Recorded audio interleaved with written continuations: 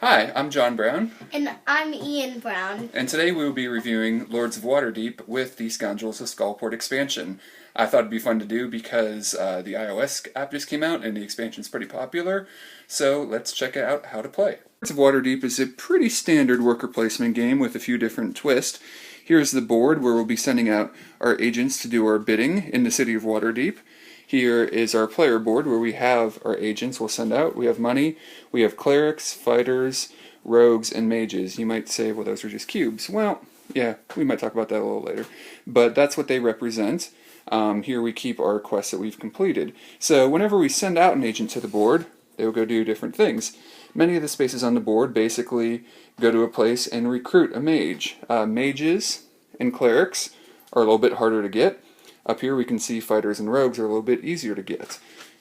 Now what do we want them for? We want them to complete quests. We'll start with a couple of quests and we can go get more and some more money, quest and an intrigue card, or reset the quests that are available.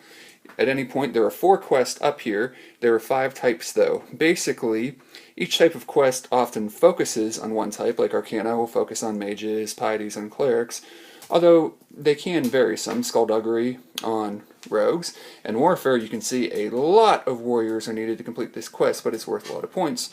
And commerce often revolves around money.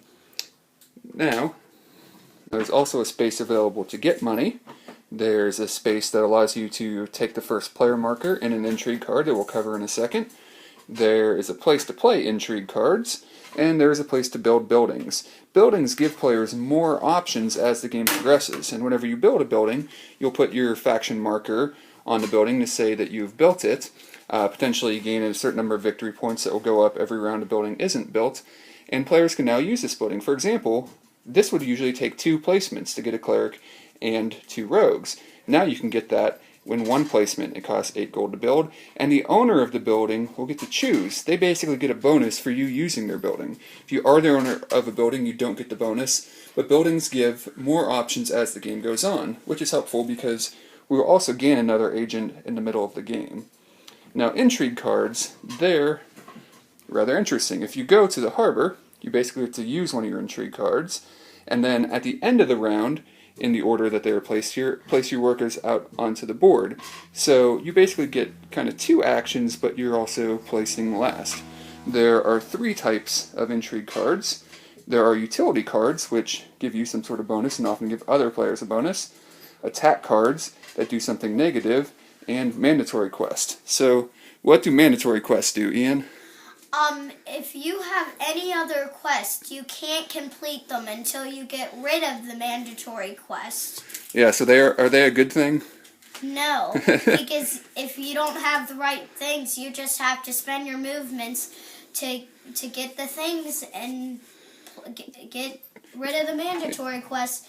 And it is possible to have more than 1 mandatory quest on you. And it's a bummer, because if you look here, a lot of quests give you, like, for example, this one up here, you had to spend a lot of things, but you got a lot of points. This mandatory quest, you have to spend 3 things, and you only get 2 points. So even if you have the resources, you're losing them.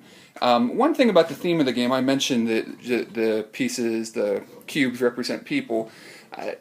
It's obviously not the most thematic game. It's set in a Dungeons & Dragons universe. But one thing I do like is that some of the quests do attempt to have a theme to them. Like if you take over a rival organization, Skullduggery focuses on rogues, and after you take over that organization, part of your reward is more rogues. Makes sense. You took over an organization, you get more rogues. So there is an attempt to theme. However, after you've played the game a time or two, a lot of people just say, oh, here's my black, here's my orange, here's my purple, here's my money, I completed this quest. But you can get into the theme if you want to. Also at the beginning of the game, you will actually get a lord. This is the person you'll be playing throughout the game. You'll keep it secret from everyone else. In the base game, most of the lords give you bonuses for certain types of quests. So you can do other quests, but anytime you do any of these quests, you'll get a bonus. There is a person that gets bonuses for building buildings. It can be pretty obvious that you are the builder. You can fake people out too, but they get 6 points to the 4 because you can usually only build 1 building per round, which can be kind of tricky. However, there are buildings and quests and things that allow you to go to spaces and intrigue cards that other people have used, so you can potentially go to Builder's Hall if you have the ability to do so, even if someone else has blocked you from that spot. That's pretty much everything in the base game, at least a quick overview. One thing about endgame scoring. You obviously get points for your quests as you complete them. For endgame scoring, you get bonus points for your lord, as we showed, depending on the quest or buildings or whatever your lord gives you bonuses for. And you get bonuses for basically people you have recruited in your tavern. 1 point for each one of them, whether they be warriors, rogues, whatever. And also 1 point for every 2 gold you have left over. Then you tabulate everything and see who the winner is. But now let's take a look at the expansion. Scoundrels of the Skullport expansion comes with 2 different expansions, Skullport and Undermountain. You can play with one of them or both of them. If you play with both of them, you have to take some of the base game units and quest cards and intrigue cards out, and you also add 1 agent to each player. It makes for a longer game, but it keeps the spaces from being too available for everyone to go to. And personally, again, you can play with both, but I really like it that way. It does add a little bit to set up and take down because you want to split up the expansions from the base game again at the end.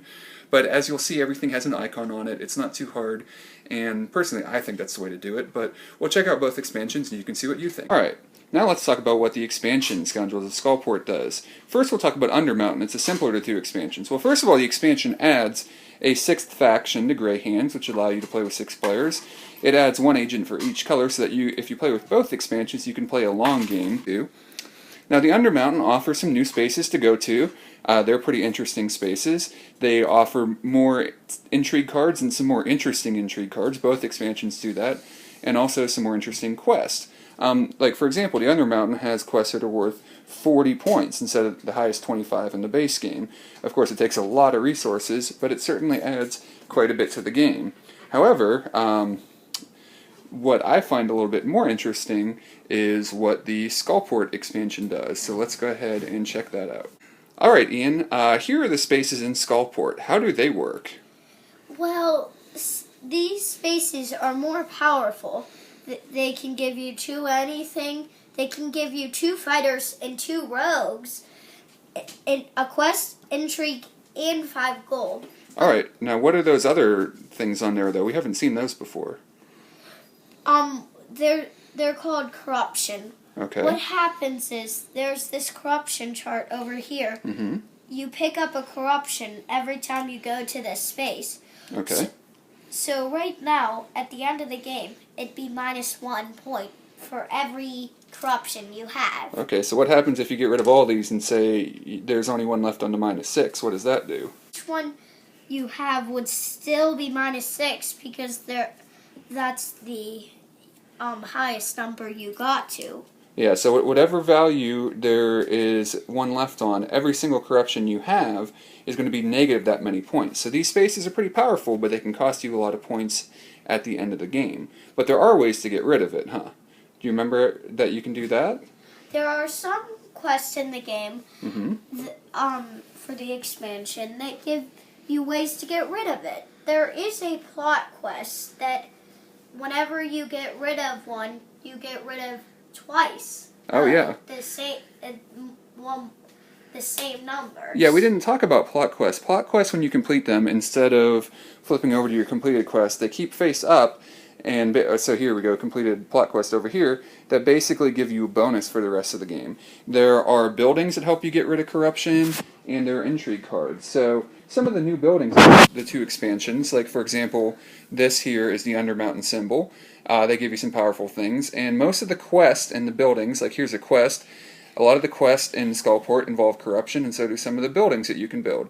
They give you really powerful things, but you potentially have to take corruption. But like I said, there are ways in the expansion to get rid of corruption too, so you can build it up and try to get it down, or just try to avoid it altogether. And it's important to keep in mind is everything in the expansions have their symbol, whether it be buildings or quests or intrigue cards, and there are also some new lords. And so okay, so here we have 2 of the new lords. So Ian, how did these guys work different from the original ones? Well, these ones, you still score 4 points for each non-mandatory quest with this one.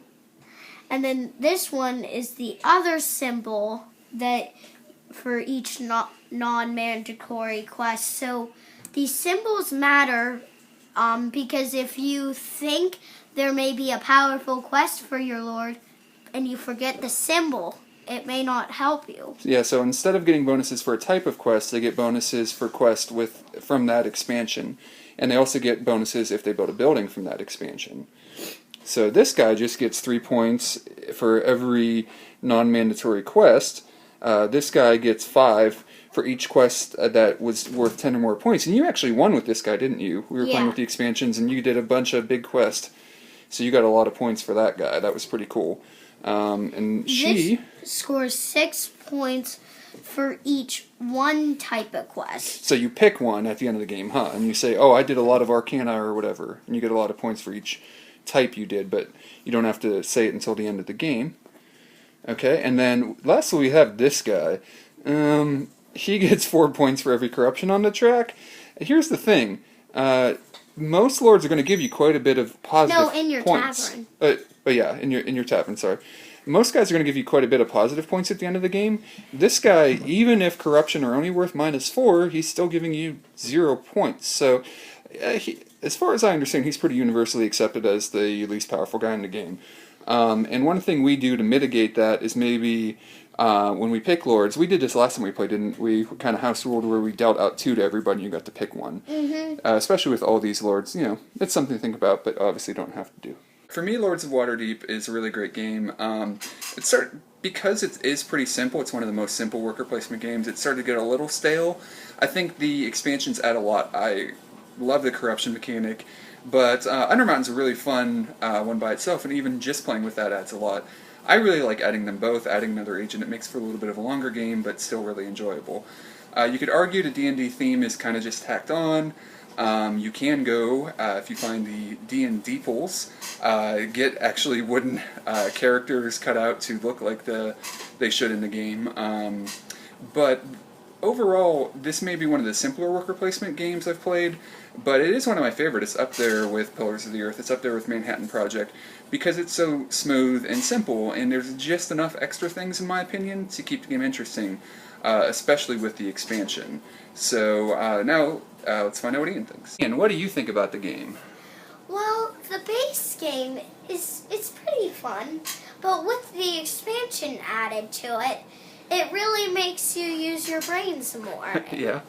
And you actually got to think about what you're doing, because if you just take all these powerful spaces, you'll just have too many corruption and lose too many points, and everyone may catch up to you.